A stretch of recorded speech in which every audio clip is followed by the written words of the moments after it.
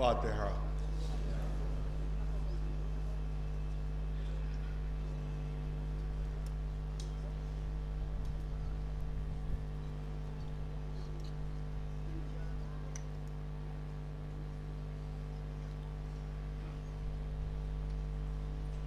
أعوذ بالله السميع العليم من الشيطان اللعين الرجيم.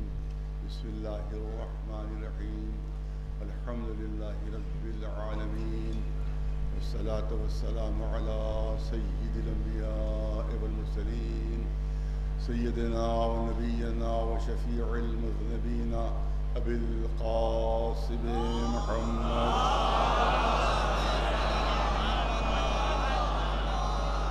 وأهل بيته الطيبين الطاهرين المعصومين. أما بعد، فقد قال الله سبحانه تبارك وتعالى في كتابه المبين وهو أصدق القائلين: يا أيها الذين آمنوا اتقوا الله وابتغوا إليه الوسيلة وجاهدوا في سبيله لعلكم تفلحون. صلوات بھیجیں. مجھے پرچے دے دیے جاتے ہیں.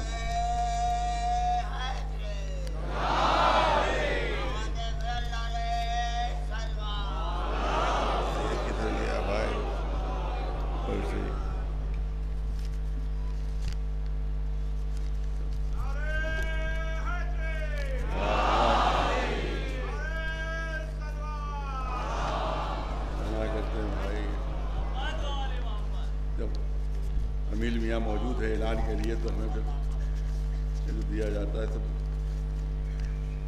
سب مجلس کا وقت گھٹ جاتا ہے، مجلس کا وقت کم ہو جاتا ہے. مجھے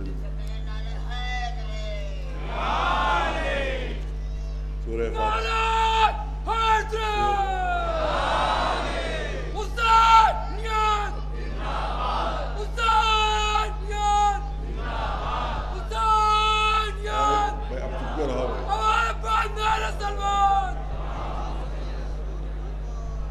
کوئی ایک نہ ایک مجمع میں ایسا ہی جاتا ہے. سورہ فاتحہ بابو جانی ابن طاہر حسین صاحب، حسن جہاں مرحومہ بنت حسن علی صاحب، اور جملہ مومن و مومنات کے لیے ایک مرتبہ سورہ الحمد اور 3 مرتبہ سورہ توحید کی تلاوت فرمانا.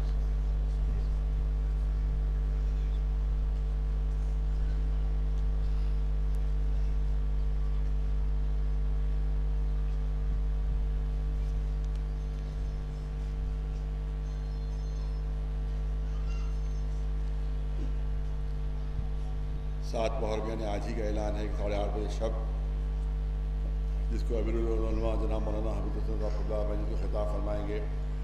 یہ مجلس کراؤن گیٹ ریلوے برج سٹی اسٹیشن لکھنؤ میں منعقد ہوگی، اور بیگم جناب رفیق آغا کی طرف سے یہ اعلان ہو رہا ہے. یہ آج ہی 8:30 بجے شب یہ مجلس سے منعقد ہوگی. 11 محرم کو 2 بجے امام مولانا بنا صاحب نے مفتی گنج میں یوم امام السلام منایا جائے گا، جس میں مولانا حسن ظہیر صاحب کا بیان ہوگا. اور اس کے بعد 18 بنی ہاشم کی شبیہ تابوت برآمد ہوگی. یوم خواتین کربلا 13 محرم کو اسی ثانی میں 9 بجے شب منایا جائے گا. اپنا خدا شرکت فرمائے.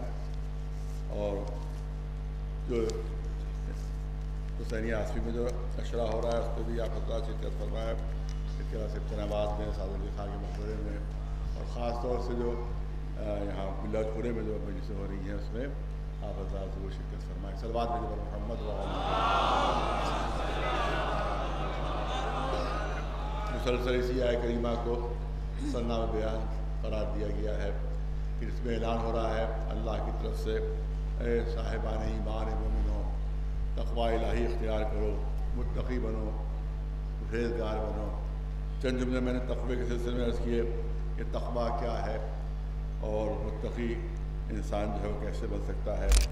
اور دنیا کے قوانین میں اور اسلامی قوانین میں زمین و آسمان کا فرق یہ ہے کہ وہاں خوف ہے، مگر دنیاوی قوانین میں جو خوف ہے وہ اس وقت تک رہتا ہے کہ جب تک کوئی دیکھ رہا ہو.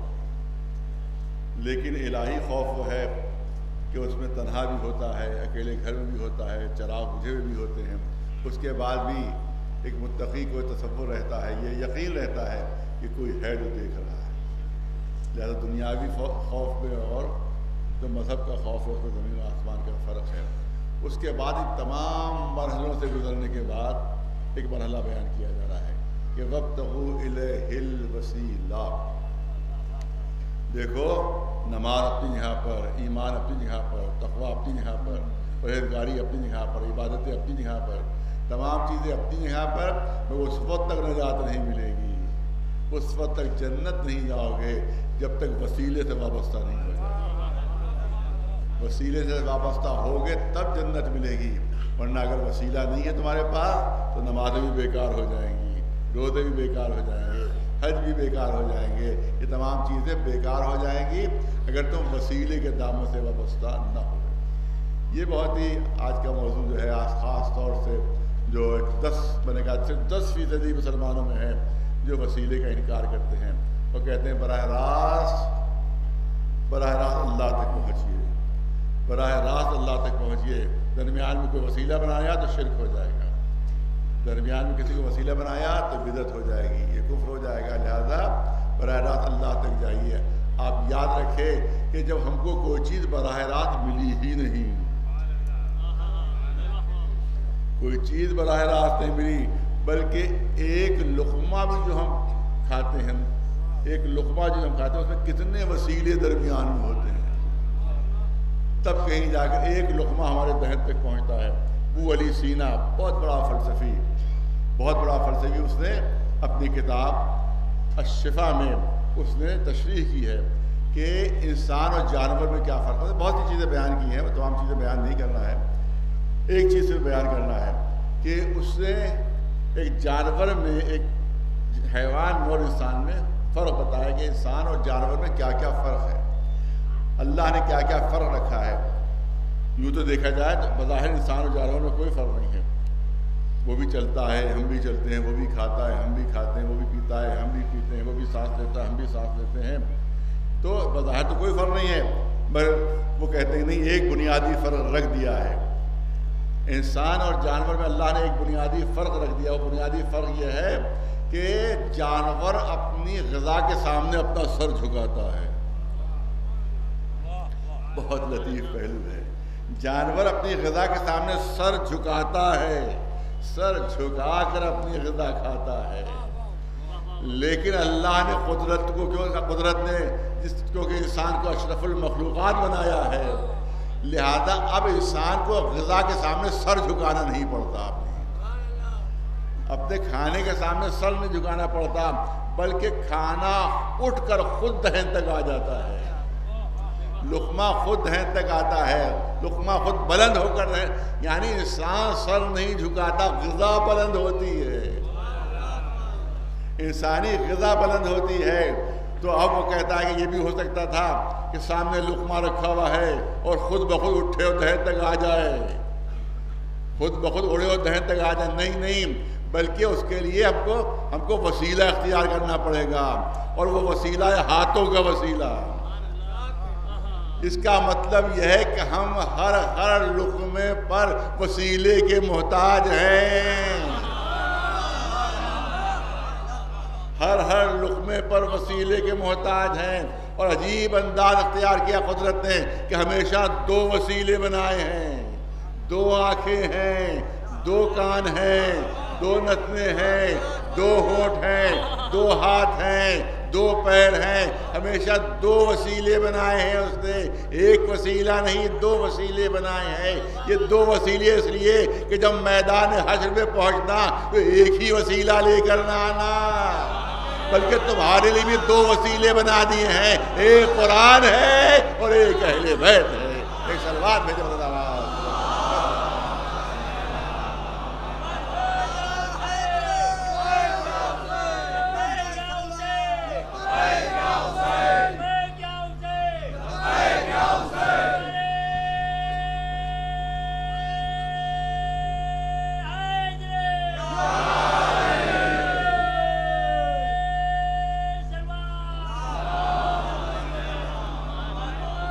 بغیر وسیلے کے ہم پیدا نہیں ہو سکتے.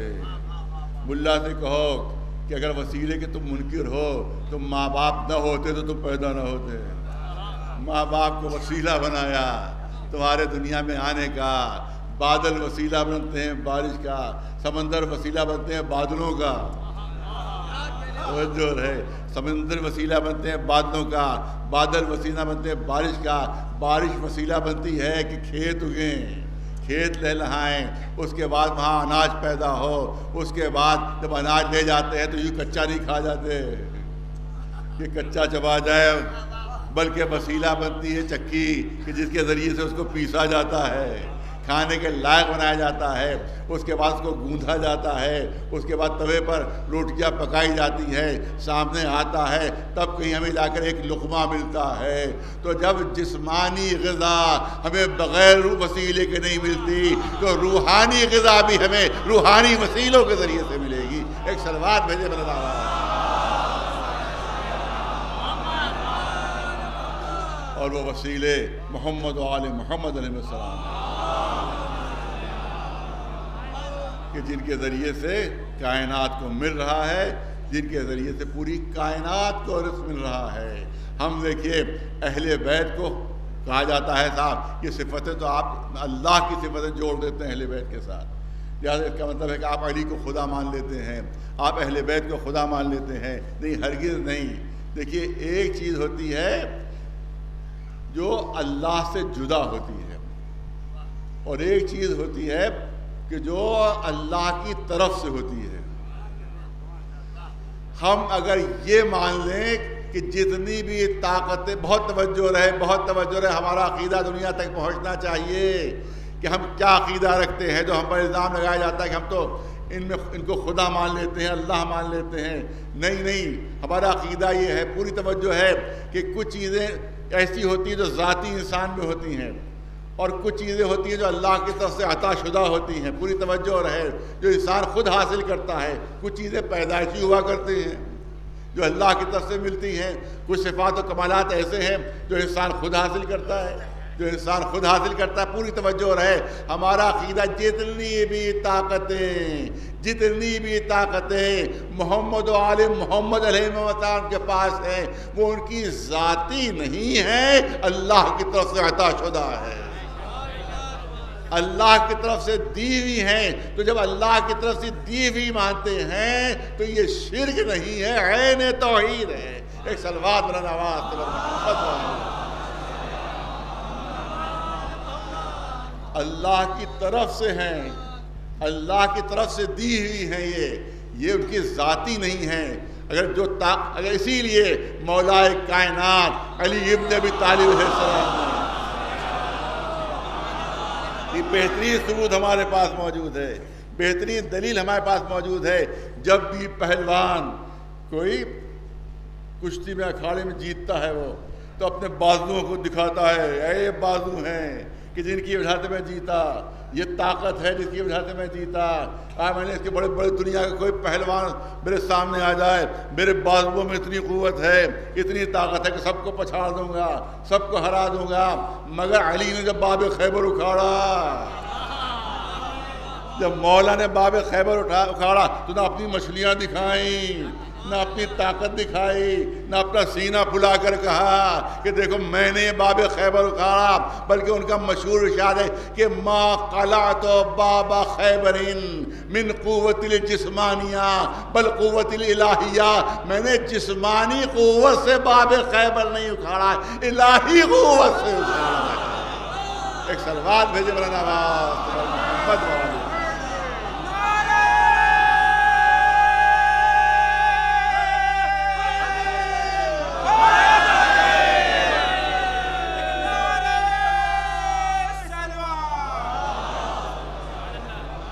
زیادہ وقت نہیں رہا ہے, بہت پوری توجہ چاہوں گا.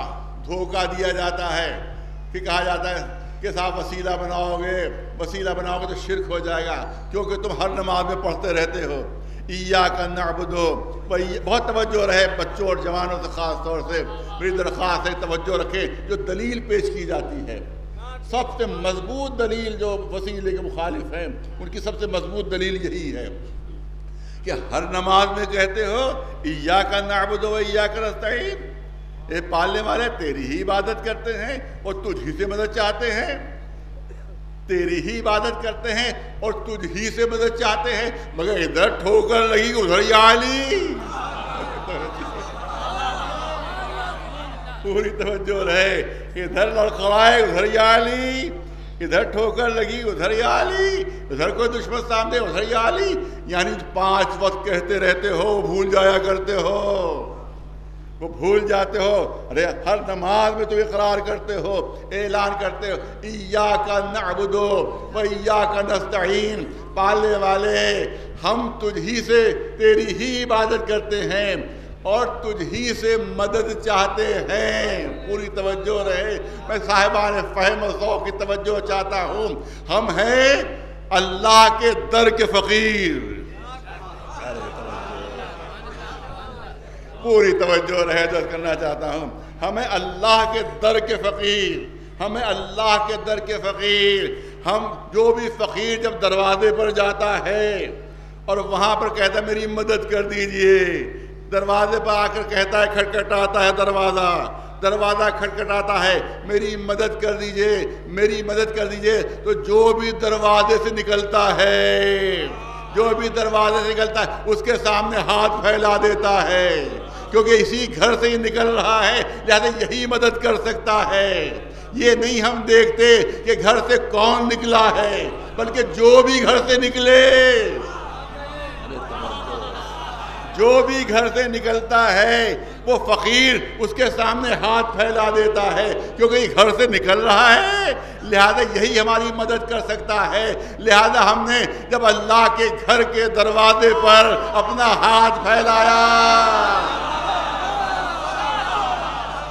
پوری توجہ چاہوں گا، ہم اللہ کے گھر کے دروازے پر گئے ہیں، جب اللہ کے گھر کے دروازے پر ہم نے ہاتھ پھیلایا تو نکلنے والا ایک ہی ملا، نکلنے والا ایک ہی ملا، ہم اسی کے سامنے ہاتھ پھیلا دیتے ہیں کہ اللہ کے گھر سے باہر آنے والا یہی اکیلا ایک آدمی ہے، اس کے علاوہ ہماری کوئی اور مدد نہیں کر سکتا۔ ایک صلوات بھیجے مولانا۔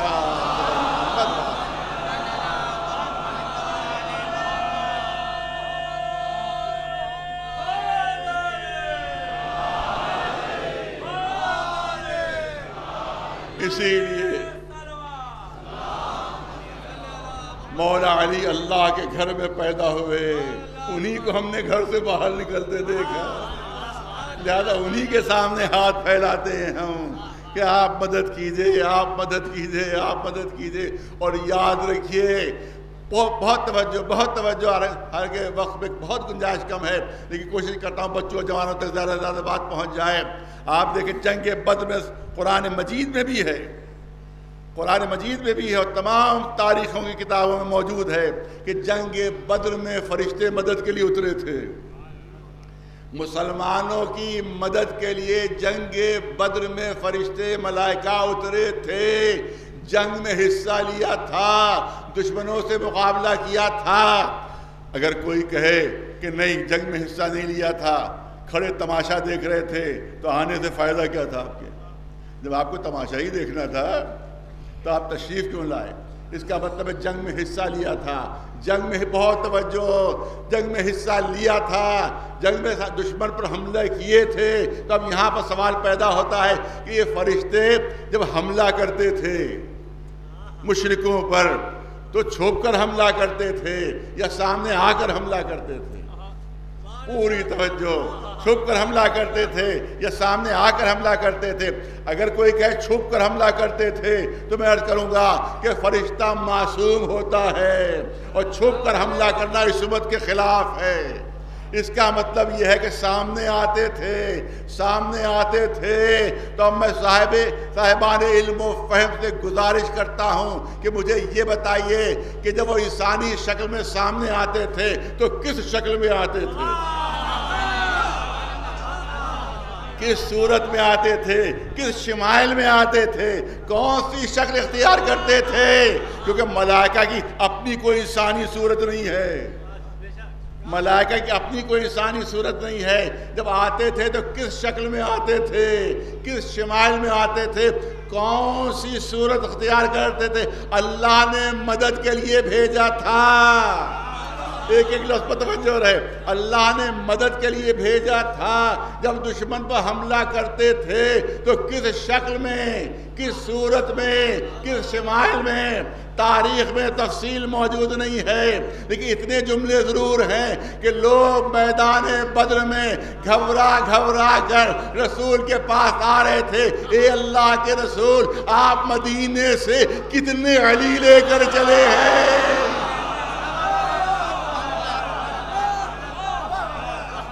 آپ مدینے سے کتنے علی لے کر چلے ہیں؟ ہمیں تو پورے میدان میں سوائے علی کے کوئی نظر ہی نہیں آ رہا ہے. اس کا مطلب یہ ہے کہ جو فرشتہ اتر رہا تھا وہ علی کی شکل میں اتر رہا تھا، جو ملک اتر رہا تھا وہ علی کی شکل میں. قیامت تک کے لیے ثابت ہوا مدد اللہ کی ہوگی مگر شکل علی کی ہوگی.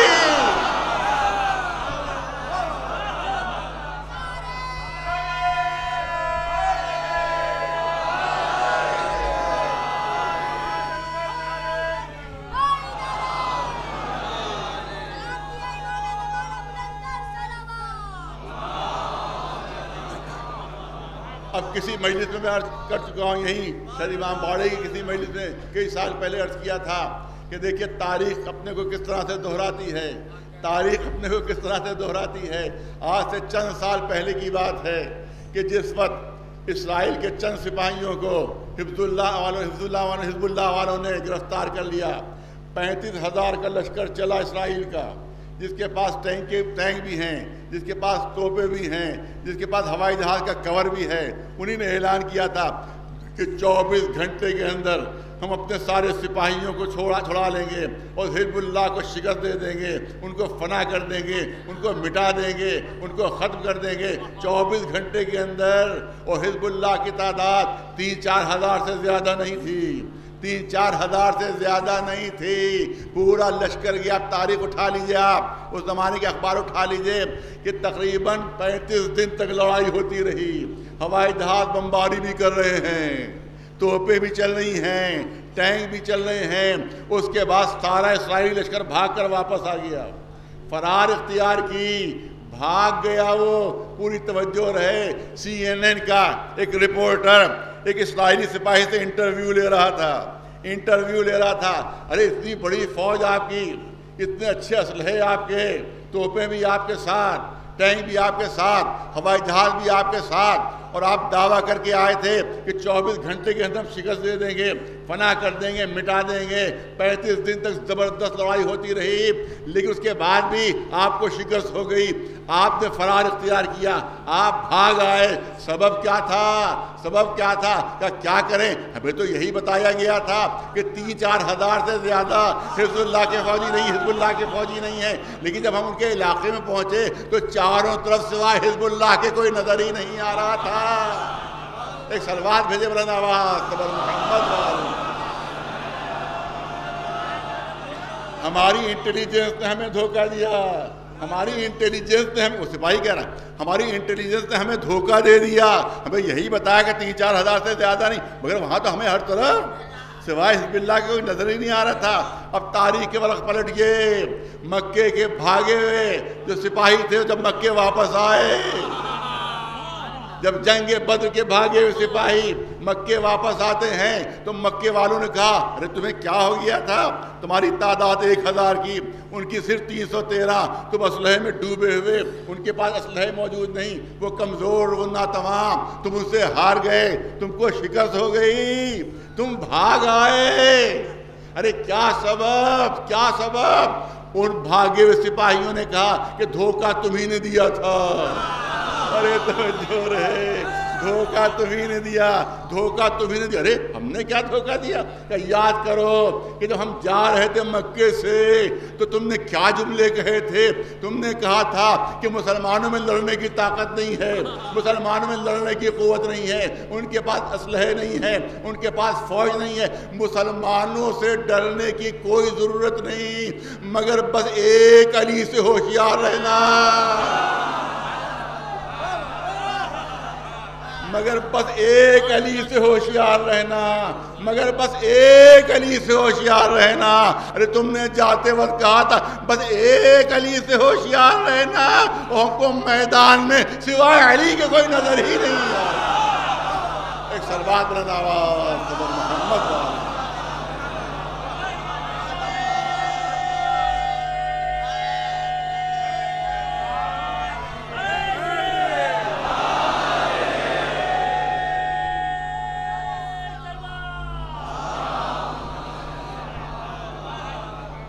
کہا کہ اللہ کے علاوہ کسی اور کی مدد نہ مانگو، اللہ کے علاوہ کسی سے مدد نہ مانگو۔ اب دیکھو قرآن کیا اعلان کر رہا ہے، قرآن کیا اعلان کر رہا ہے کہ اے رسول دعا مانگیے، اے رسول قل اے رسول دعا مانگیے، رب ادخلنی مدخل صدق واخرجنی مخرج صدق واجعل لی من لدنک سلطانا نصیرا۔ اے رسول دعا مانگیے کہ سچے راستے سے میں باہر بھی نکلوں، سچے راستے میں مدینے میں داخل بھی ہو جاؤں، پالنے والے اپنے پاس سے مجھے ایسا مددگار دے جو سب پر غالب ہو،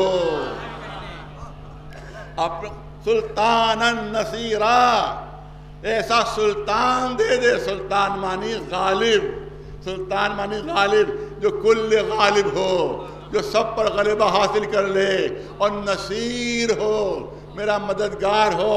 ارے ملا کہتا ہے کہ سوائے اللہ سے کسی سے مدد نہیں مانگنا چاہیے، رسول کو تو یہ کہنا چاہیے تھا پالنے والے مدد بھیج دے۔ بہت توجہ ہے، پالنے والے مدد بھیج دے، رسول یہ نہیں فرما رہے کہ مددگار بھیج دے، مددگار بھیج دے، مدد نہیں مددگار بھیج دے، اپنی طرف سے ایک مددگار بھیج دے جو سلطان نصیر ہو، جو غالب کل غالب ہو۔ نصیر جو ہے ایک ہے ناصر اور ایک ہے نصیر۔ ناصر کے معنی کیا ہوں گے کہ کبھی مدد کرتا ہے کبھی مدد نہیں کرتا، یہ ناصر ہے۔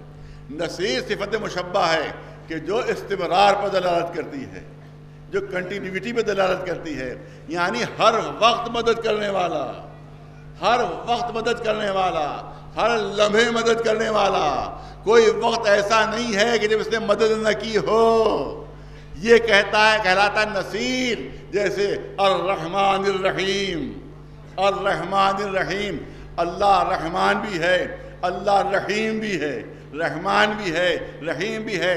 تو جب رحمان کے معنی بھی رحم کرنے والا اور رحیم کے معنی بھی رحم کرنے والا، تو ایک ہی آیت میں ریپیٹیشن کیوں ہو گیا؟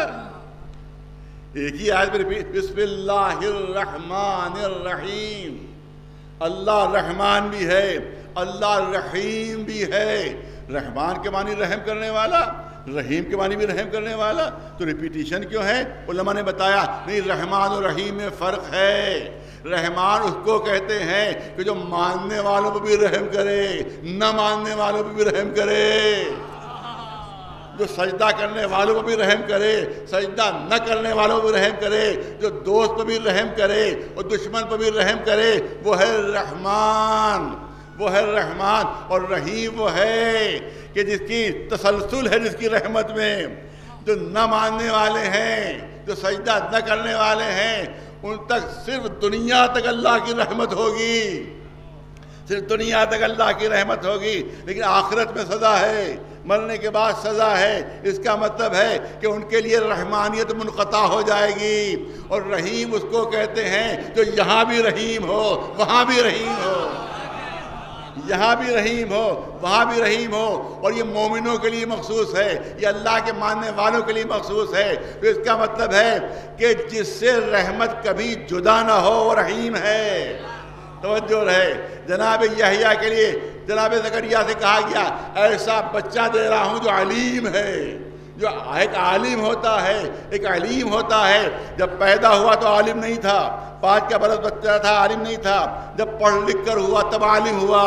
علیم اس کو کہتے ہیں کہ نہ علم اس سے جدا ہو نہ وہ علم اس سے جدا ہو، اس کو کہتے ہیں علیم۔ اسی طرح سے نصیر بھی ہے، یہ نہیں کہ کبھی مدد کرے کبھی پہاڑ کے اوپر نظر آئے، کبھی میدان چھوڑ کر بھاگتا ہوا نظر آئے، نہیں وہ مدد کرنے والا کہ کسی لمحے بھی اس نے مدد کا دامن نہ چھوڑا۔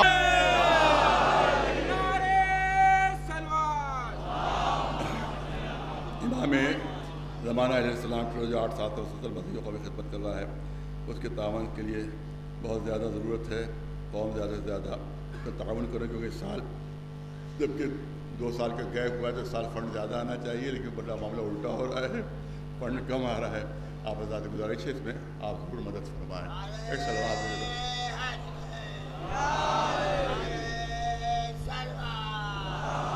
ایک تذکرہ کرنا ہے، دامن وقت میں گنجائش نہیں ہے، تو ان کے جو قوتیں ہیں، طاقتیں اللہ کی دی ہوئی ہیں، اللہ کی عطا شدہ ہیں، لہذا یہ توحید کے خلاف نہیں ہے، یہ شریعت کے خلاف نہیں ہے۔ اور اس پر 2 مجلسیں 3 مجلسیں لگیں، انشاءاللہ اس پر اور روشنی ڈالی جائے گی اس مسئلے کے اوپر، لیکن آج کیونکہ ایک ذکر کرنا ہے لہذا عرض کرنا ہے کہ اللہ کی دی ہوئی امام حسن علیہ السلام تشریف لے جا رہے ہیں، اور اس کے بعد ایک چاہنے والا، ایک ماننے والا، بالکل مفلوج جسم ہے اس کا، فالج زدہ جسم ہے اس کا، نہ ہاتھ ہلا سکتا ہے، نہ پیر ہلا سکتا ہے، نہ چل سکتا ہے، نہ اٹھ سکتا ہے، بازار کے گوشے میں پڑا ہوا، بازار کے گوشے میں پڑا ہوا ہے۔ امام حسن کو آتے دیکھا، اس کے دل میں خیال آیا، اس کے دل میں تصور آیا کہ اگر میں چل پھر سکتا ہوتا تو جاتا، قدموں کا بوسہ لیتا، ہاتھوں کو بوسہ لیتا، لیکن کیا کروں، میں تو ہل بھی نہیں سکتا اپنی یہاں سے۔ امام حسن علیہ السلام گھوڑے پر سوار اس کے قریب پہنچے، گھوڑا روکا، اب میں تو سمجھتا ہوں جان بوجھ کر ہاتھ سے کوڑا چھوٹ کر زمین پر گرا۔ امام حسن جو ہاتھ میں کوڑا لیے ہوئے تھے، جو تازیانہ لیے ہوئے تھے، وہ ہاتھ سے چھوٹا اور زمین پر گرا۔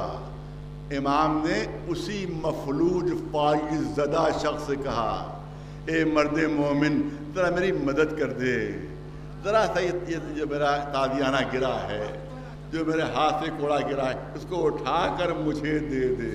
کس سے کہہ رہے ہیں جو ہل بھی نہیں سکتا، کس سے کہہ رہے ہیں جو ہاتھ نہ ہلا سکتا ہے، نہ پیر ہلا سکتا ہے، نہ اپنی ہاتھ جنبش کر سکتا ہے، اس سے کہہ رہے ہیں کہ ذرا سا رحمت ہوگی تجھے مرد مومن، یہ تازیانہ اٹھا کر مجھے دے دے۔ ادھر جملے ختم ہوئے، ادھر گئی بھی طاقت اس کے جسم میں واپس آئی، کھڑا ہوا، دوڑ کر خدمت میں آیا، تازیانہ اٹھا، قدموں کو چومنے لگا۔ یہ طاقت اللہ کی دی ہوئی ہے، یہ قوت اللہ کی دی ہوئی ہے، یہ الہی نمائندے ہیں۔ جب اللہ کے نمائندے ہیں تو اسی کی دی ہوئی طاقتوں کو استعمال کرتے ہیں۔ ایک صلوات بھیجے مولانا۔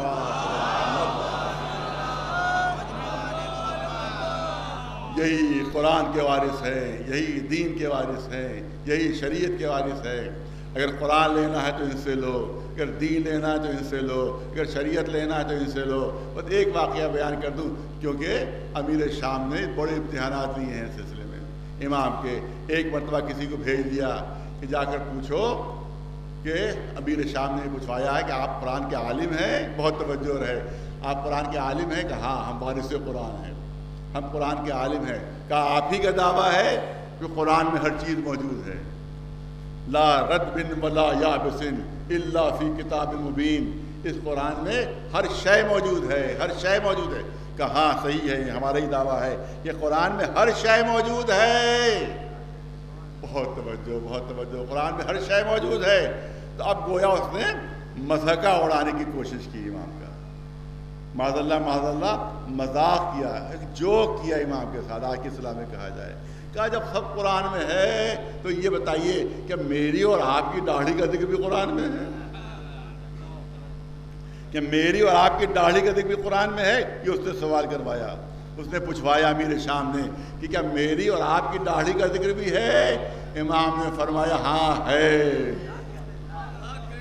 تمہاری داڑھی کا بھی ذکر ہے، میری داڑھی کا بھی ذکر ہے۔ جا کر کہہ دو کہ دونوں کی داڑھیوں کا ذکر ہے۔ کہاں پر ذکر ہے؟ قرآن ہی میں ذکر ہے۔ امیر شام کی داڑھی جو تھی وہ کچی داڑھی تھی، جیسے لہسن کے نیچے کچھ ریشے نکل آتے ہیں، جیسے لہسن کے نیچے کچھ وہ نکل آتے ہیں، کچھ ریشے ایسے نکل آتے ہیں، بس ویسی ہی داڑھی اس کی بھی تھی، اور امام حسن کی گھنی داڑھی تھی. ارے توجہ رہے، امام حسن کی گھنی داڑھی تھی اور امیر شام کی کچی داڑھی تھی. کہا کہ تمہاری داڑھی کا بھی ذکر ہے، میری داڑھی کا بھی ذکر ہے. کہا کیسے؟ کہ قرآن پڑھو، البلد الطیب یخرج نباتہ باذن ربہ. ارے جس زمین کا ظرف پاک ہوتا ہے وہاں گھنا سبزہ اگتا ہے. البلد الطیب یخرج نباتہ باذن ربہ. جس زمین کا ظرف پاک ہوتا ہے، جو زمین پاک ہوتی ہے وہاں گھنا سبزہ اگتا ہے. والذی خبث لا یخرج الا نکدا. اور جس زمین کا ظرف خبیث ہوتا ہے وہاں سوائے جھاڑ جھنکاڑ کے اور کچھ نہیں.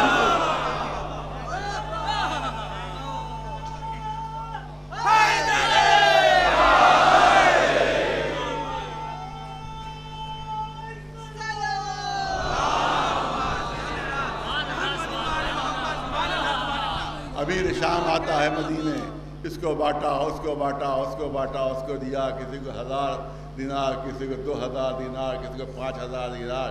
جیسی جس کی وفاداری تھی اسی کی مناسبت سے اس نے بانٹنا شروع کیا.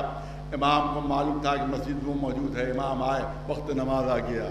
امام آئے اور اس کی طرف توجہ کیے بغیر مصلی پر تشریف لے آئے اور تکبیرۃ الاحرام شروع کر دی نماز، تاکہ نہ اس سے بات کرنا پڑے نہ اس سے ملنا پڑے.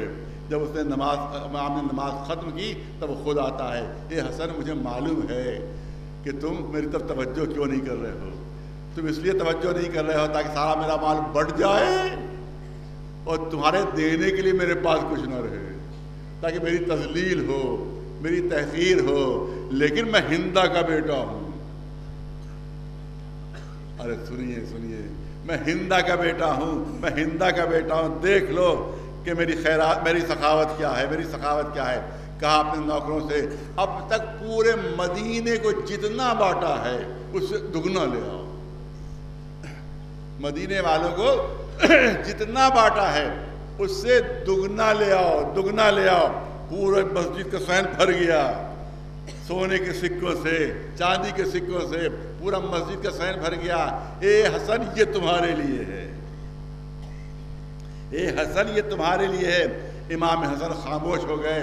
مسجد سے باہر نکلنا چاہا. ایک غلام آگے بڑھتا ہے اور جوتیاں سیدھی کر دیتا ہے، نالیں سیدھی کر دیتا ہے، امام کے قدموں میں پہنا دیتا ہے.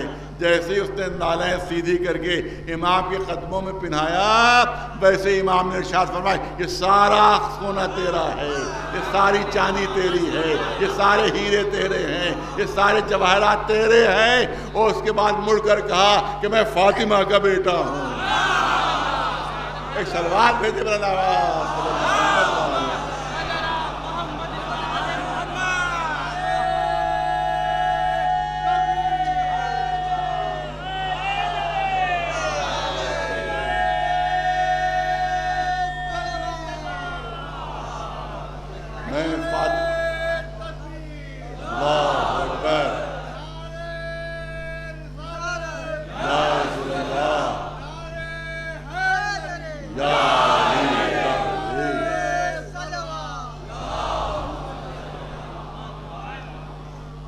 لوگوں نے حیرت سے کہا یا آقا، اتنے معمولی سے کام پر، اتنے چھوٹے سے کام پر آپ نے اتنا بڑا خزانہ اسے دے دیا، اتنا بڑا خزانہ اسے دے دیا. کہا وہ محبت کرنے والا، یہ تو دنیا میں دیا ہے. ارے یہ تو دنیا میں دیا ہے، آخرت میں اسے دوں گا جنت کی صورت میں، کیونکہ میں سردار جنت ہوں. اے سلوات بھیجے بڑھنا آواز. اب بات مکمل کر رہا ہوں کیونکہ دامن وقت میں گنجائش نہیں ہے. روایت میں ہے، تاریخ میں ہے کہ ایک بہت ہی بوڑھا شخص تھا اس کے زمانے میں شام میں.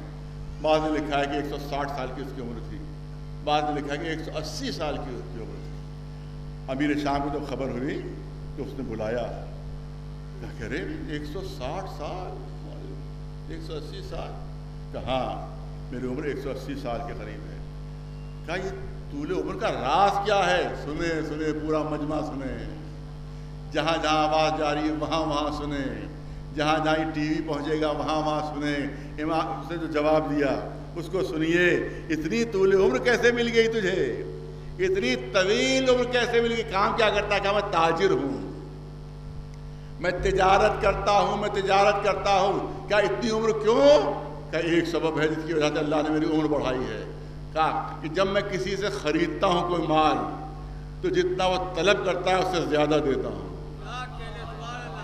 ارے توجہ رہے، جتنا وہ طلب کرتا ہے اس سے زیادہ دیتا ہوں، اس کی طلب سے زیادہ۔ اس نے قیمت اگر 100 روپے بتائی تو 125 میں دیتا ہوں، اس کو 120 دیتا ہوں، اس کی طلب سے زیادہ دیتا ہوں۔ اور جب خریدار آتا ہے تو میں اس سے بڑھا کر دیتا ہوں، اس کو 1 کلو اس نے مانگا ہے تو میں 1.25 کلو کر دیتا ہوں۔ تو کیونکہ میں مال میں اضافہ کر کے دیتا ہوں تو اس کے بدلے میں اللہ نے میری عمر میں اضافہ کر دیا، میری عمر میں برکت دے دی ہے۔ لہذا کم تولنے والوں کی عمر بھی کم ہو جاتی ہے۔ ایک سلوات بھیجے ملاوٹ کرنے والوں کی عمر میں بھی ملاوٹ ہو جاتی ہے۔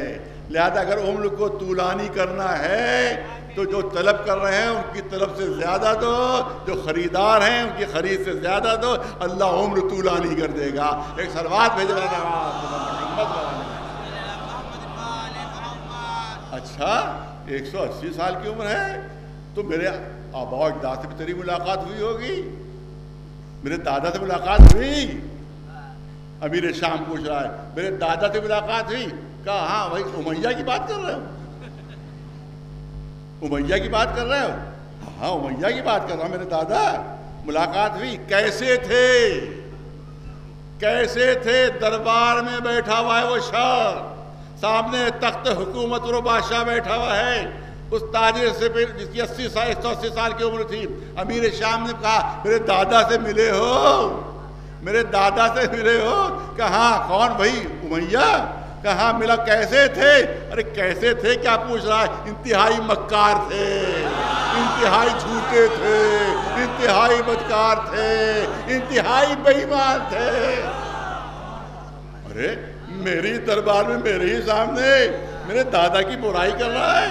اچھا ہاشم سے تو ملے ہوگے، علی کے دادا سے تو ملے ہوگے، کہاں ہاشم؟ کہاں میں ملا تھا۔ کیسے تھے؟ انتہائی حسین تھے، انتہائی خوبصورت تھے، انتہائی ایماندار تھے، انتہائی شریف تھے۔ میرے سامنے میرے دشمن کی تعریف کر رہا، میرے دادا کی برائی کر رہا ہے۔ اچھا دیکھ ابھی تیرا میں منہ بھرتا ہوں تجھ کو، دیکھ کیا مانگتا ہے، یہ بھی دیکھ لے کہ امیہ کا پوتا کتنا سخی ہے۔ کیا مانگتا ہے؟ کہ میں کیا مانگوں گا، 180 سال کی عمر 2-4 سال اور زندہ رہوں گا، مجھے کس چیز کی ضرورت ہے؟ نہ دولت کی ضرورت ہے، دولت میرے پاس ہے، نہ جائیداد کی ضرورت ہے، میرے پاس جائیداد موجود ہے۔ ایک چیز دے دے تو مجھے، تو تخت حکومت پر بیٹھا ہے کہ جو رسول سے منسوب ہے، ایک چیز مجھے دے دے، مجھے جنت کی ضمانت دے دے، مجھے جنت کی ضمانت دے دے، تاکہ اب 2-4 سال مر جاؤں تو جنت پہنچ جاؤں۔ کہ یہ تو میرے اختیار میں نہیں،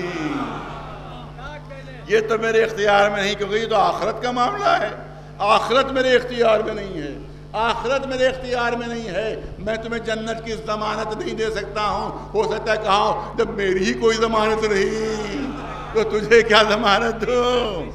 کہا نہیں کچھ دنیا کی چیز مانگ مجھ سے، یہ تو آخرت سے تعلق رکھتی ہے، دنیا کی چیز مانگ۔ کہا دنیا کی چیز مانگوں؟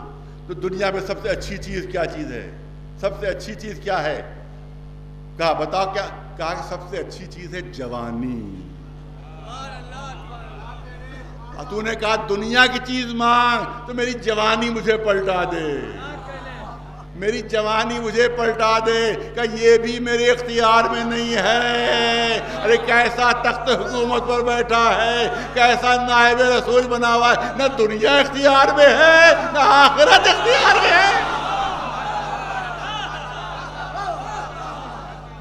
وہاں جاؤں گا کہ جہاں دنیا بھی جن کے اختیار میں ہے، آخرت بھی جن کے اختیار میں ہے، میں ان کی خدمت میں جا رہا ہوں۔ پہنچ گیا امام حسن کی خدمت میں، ایک صلوات بھیجو۔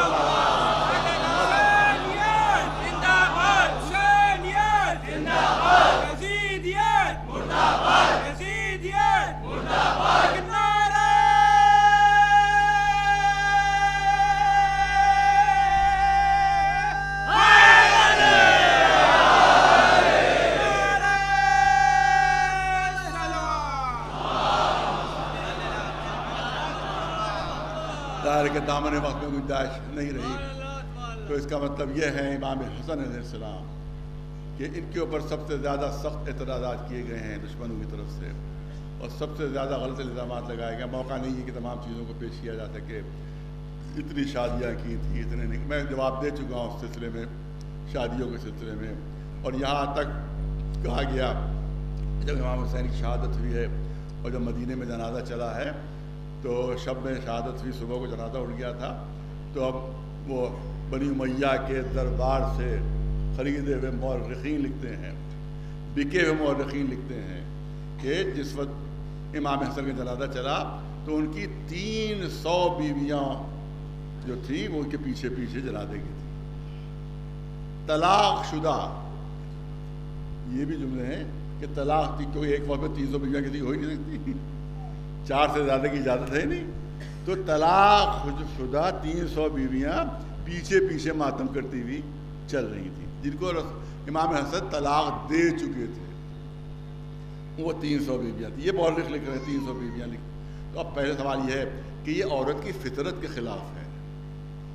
اگر کسی شوہر نے طلاق دے دی تو اب سب کی شادیاں ہو چکی ہیں دوسرے شوہروں سے، ان کے سب کے دوسرے شوہر موجود ہیں۔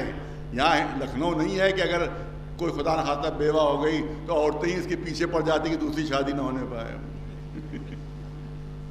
نہیں، وہاں عرب میں اور ایران میں بیوہ ہوئی، اس کے بعد 3-4 مہینے بعد، 6 مہینے بعد، سال بھر بعد اس کی دوسری شادی ہو جاتی ہے۔ وہاں کوئی اعتراض کرنے والا نہیں، یہاں عورتیں ہی مصیبت بن جاتی۔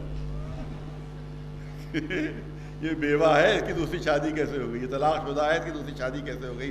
وہ بیچاری بغیر شادی کے مر جاتی ہے، مگر یہ کہ اس کی شادی نہیں ہونے دیتی، اس کی بیوہ کی یا کسی طلاق شدہ کی شادی نہیں ہونے دیتی، کچھ عورتیں ہی نہیں ہونے دیتی۔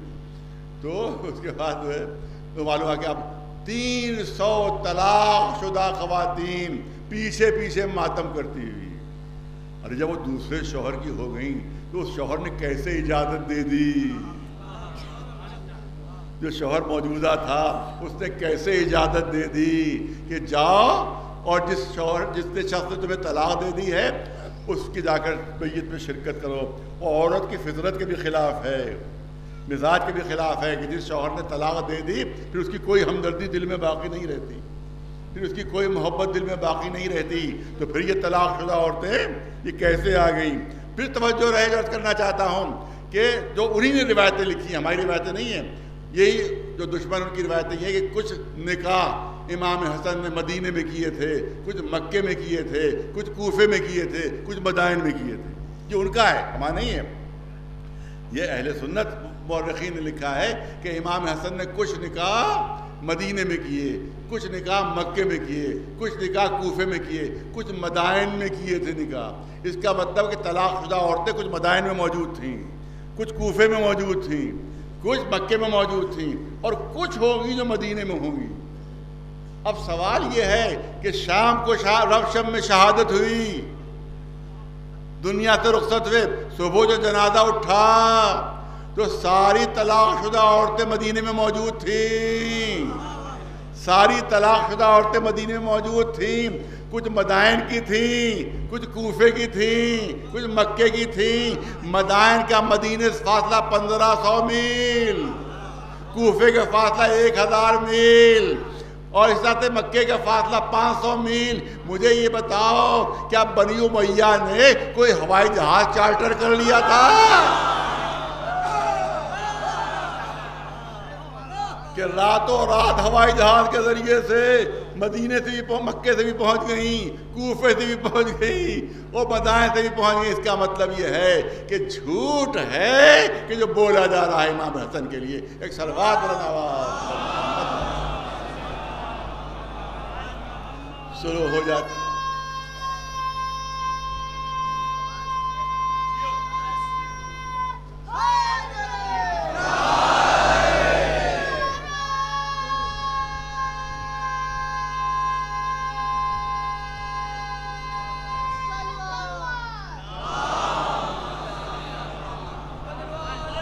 لیکن اس کے بعد بھی دشمنی کم نہیں ہے، اس کے بعد بھی دشمنی کم نہیں ہے. زہر دلوایا جاتا ہے آقا کو. جگر کے ٹکڑے تشت میں گر رہے ہیں، جگر کے ٹکڑے تشت میں گر رہے ہیں. یہی وقت ہے کہ ننھے سے قاسم 3-3.5 برس کا سن آئے اور باپ کے سینے سے لپٹ گئے. باپ کے سینے سے لپٹ گئے. سینے میں اذیت تھی، سینے میں تکلیف تھی، جگر کٹ کٹ کے گر رہا تھا. لوگ آگے بڑھے کہ بچے کو سینے سے جدا کر دیں تاکہ سینے میں تکلیف ہے. امام حسن نے منع کیا، نہیں، اس کی وجہ سے تو سینے کو سکون ملا، اس بچے کی وجہ ہی تو سینے میں سکون ہے، اس کو رہنے دو میرے سینے پر. اس کے بعد جب آخری وقت قریب آیا تو جناب قاسم کے بازو پر ایک تعویذ باندھا اور جناب ام فروا سے کہا کہ جب کوئی بہت سخت وقت پڑے تو اس تعویذ کی یاد دلا دینا کہ اے قاسم تمہارے بابا نے تمہارے بازو پر تعویذ باندھا ہے، اس کو کھول کر پڑھ لو. وقت گزرتا گیا، زمانہ گزرتا گیا، یہاں تک کہ کربلا کا میدان آ گیا. کربلا کا میدان، حسین چاروں طرف سے دشمنوں میں گھرے ہوئے ہیں، چاروں طرف سے قاتلوں میں گھرے ہوئے ہیں. اور روایت میں یہ منظر ہے کہ جناب قاسم خیمے کے گوشے میں گھٹنوں پر اپنا سر رکھے ہوئے زار و قطار رو رہے ہیں. جیسے جناب ام فروا نے منظر دیکھا تڑپ گئیں، تڑپ کر قاسم کے پاس پہنچی. اے قاسم تمہارا چچا دشمنوں میں گھرا اور تم خیمے کے اندر بیٹھے ہوئے ہو. اے قاسم کیا دشمنوں سے ڈر گئے، کیا تلواروں سے ڈر گئے، کیا موت سے خوفزدہ ہو گئے؟ اے مادر جان یہ کیا کہہ رہی ہے؟ یہ تو دیکھیے کہ میرے رگوں میں خون کس کا دوڑ رہا ہے. بھلا میں دشمنوں سے ڈر جاؤں گا، موت سے ڈر جاؤں گا، مگر میں کیا کروں؟ جب بھی چچا کی خدمت میں پہنچتا ہوں وہ چچا یہی کہتے ہیں کہ نہیں تمہیں اجازت نہیں ہے، تمہیں اجازت نہیں ہے. میرا چچا اجازت نہیں دے رہا ہے، میرا چچا اجازت نہیں دے رہا ہے. اس وقت ماں نے یاد دلایا، اے قاسم تمہارے بابا نے دنیا سے جاتے وقت تمہارے بازو میں ایک تعویذ باندھ دیا تھا، وہ تعویذ کھول کر دیکھو. تعویذ جو کھولا تو اس پہ لکھا ہوا تھا کہ جس وقت اپنے چچا کو اکیلا دیکھنا، دشمنوں میں گھرا دیکھنا، پیاسا دیکھنا، مظلوم دیکھنا تو میری طرف سے مدد میں کوئی کوتاہی نہ کرنا، میری طرف سے مدد میں کوئی کوتاہی نہ کرنا، میری طرف سے اپنے چچا کے اوپر جان نچھاور کر دینا. یہ میری وصیت ہے. اپنے بابا کی تحریر لیے ہوئے خوشی خوشی دوڑتے امام حسین کی خدمت میں پہنچے. اے چچا دیکھیے یہ تو بابا کی وصیت ہے، یہ تو بابا کی وصیت ہے. حسین نے لیا پرچہ، تحریر پہچانی، پیشانی سے لگائی، آنکھوں سے لگائی، چوما. اس کے بعد فرماتے ہیں کہ پہلے مجھے اجازت دینے کی ایک اختیار نہیں تھا، اب روکنے کا اختیار نہیں رہا. اس کے بعد دیکھنے والوں نے عجیب منظر دیکھا کہ قاسم کو گلے لگایا. امام حسین نے قاسم کو گلے لگایا. دیکھنے والوں نے منظر دیکھا، اتنا روئے کہ خوشی علیہما دونوں پر غشی طاری ہو گئی، زمین پر گر پڑے غش کھا کر. کون تھا جو پانی چھڑکتا؟ ہاں زینب کے آنسو گرے چہرے پر. غشی سے آنکھ کھولی، اے قاسم جاؤ خدا حافظ. اس کے بعد آگے بڑھے اور قاسم کے گریبان کو چاک کر دیا، قاسم کے گریبان کو چاک کر دیا. اے آقا یہ قاسم کا گریبان کیوں چاک کر رہے ہیں؟ تو شاید فرمائیں کہ گریبان چاک ہونا یتیمی کی نشانی. اگر حسن کا لال سمجھ کر رحم نہ کرو تو یتیم ہی سمجھ کر رحم کر دینا. اے آقا دشمنوں میں بھیج رہے ہیں، ارے ذرا تو پہنا دیجئے، کھود تو پہنا دیجئے تاکہ یہ بچہ محفوظ رہے دشمن کے حملے سے. تو شاید آقا جواب دیں کہ عرب میں اتنے چھوٹے بچے جنگ کے لیے نہیں جاتے. نہ ایسے بچوں کے لیے نہ کھود بنتا ہے نہ زرہ بنتی ہے. ہاں ایک مہین سا کرتا پہنے ہوئے گھوڑے پر خود سے سوار نہیں ہو سکے. گھوڑے پر خود سے سوار نہیں ہو سکے. امام نے گود میں لیا اور جناب قاسم کو گھوڑے پر سوار کیا. روایت کہتی ہے کہ پیر اتنے چھوٹے چھوٹے تھے. قاسم اتنے کم سن تھے کہ دونوں پیر رکابوں میں نہیں آ پائے. لہذا صرف ایک پیر ایک رکاب میں رکھا, دوسرا پیر بلند تھا.